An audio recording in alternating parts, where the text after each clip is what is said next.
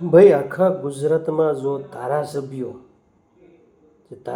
કહેવાય ને, તો બે જ ધારાસભ્યો એવા છે કે જે રાતોરાત એક જ મિનિટમાં પીએસઆઈ ડીવાયએસપીની બદલી કરાવી હોય ને તો કરાવી નાખે, અને સમાજ માટે પાર્ટી પક્ષ જોવે નહીં, પોતે ઊભા રહી જાય એવા હીરાભાઈ સોલંકી અને પરસોત્તમભાઈ સોલંકી.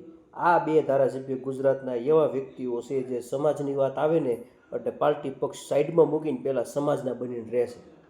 નવનીત ઉપર જે હુમલો કરવામાં આવ્યો અને જે એની સાથે અત્યાચાર થયો એ બાબતે હીરાભાઈ સોલંકીની એન્ટ્રી થતાં જ પીઆઈ ડાંગરની બદલી તત્કાલ લીવ રિઝર્વ ઉપર મૂકી દીધા પીઆઈ ડાંગરને. આ તાકાત છે કોળી સમાજની. હું પોતે દલિત છું, પણ હું હીરાભાઈ સોલંકી અને પરસોત્તમભાઈ સોલંકીને સલ્યુટ મારું છું કે પોતે ભલામણા ભાજપમાં હોવા છતાં સમાજ માટે મુદ્દા ઉઠાવે છે સચિવાલય સુધી, અને એની પોતાની કોઈ પરવા કર્યા વગર એ બોલતા હોય તો કોળી સમાજને હીરાભાઈ સોલંકી માટે અને પરસોત્તમભાઈ સોલંકી માટે જીવ આપવાનું થાય ને તો એ આપી દેવો જોઈએ.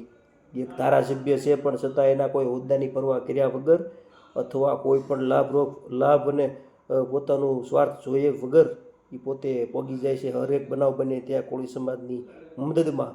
તો આવા ધારાસભ્યો હરેક સમાજમાં હોવા જોઈએ. બાકી અમારા દલિત સમાજના ઘણા ધારાસભ્ય છે, શંભુના ટુંડિયા જેવા ઘણા એવા ધારાસભ્યો ભાજપના થઈ ગયા છે. માય ગાંગલા કોઈ દી સમાજ માટે ક્યાંય બોલ્યા નથી. ના ધારાસભ્યો હોય ને હાવજ જેવા ગીરના જંગલના સિંહની લટારો મારતો હોય એવા હાવજ તો અમારે અહીંયા હીરાભાઈ સોલંકી અને પરસોત્તમભાઈ સોલંકી.